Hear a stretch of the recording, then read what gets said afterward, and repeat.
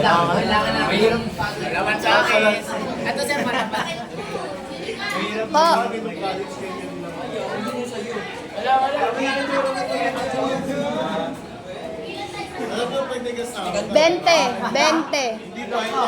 Bente. 29. 20. Good afternoon, everyone. Okay, everybody, settle down. Nagpalitan na ba? Okay, so let us listen to the reporter. Okay, go ahead.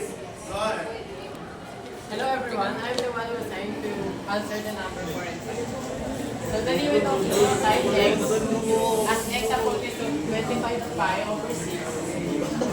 Since wala siya dun sa unit circle po, ang magiging sagot po niya is DND. DND agad. Sa number 5 naman po, line x as x plus pi over 2 as x approaches to pi over 2.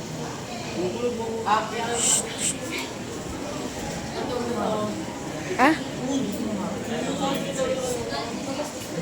Ano ba? Lalagay na po natin sa yung Substitute. substitute po natin siya. As pi over 2 plus pi over 3 is pi over 6. Dahil po sa 1 cos natin, cosine. Tapos ang magiging sagot din niya is negative 2 square root of 3 over 3.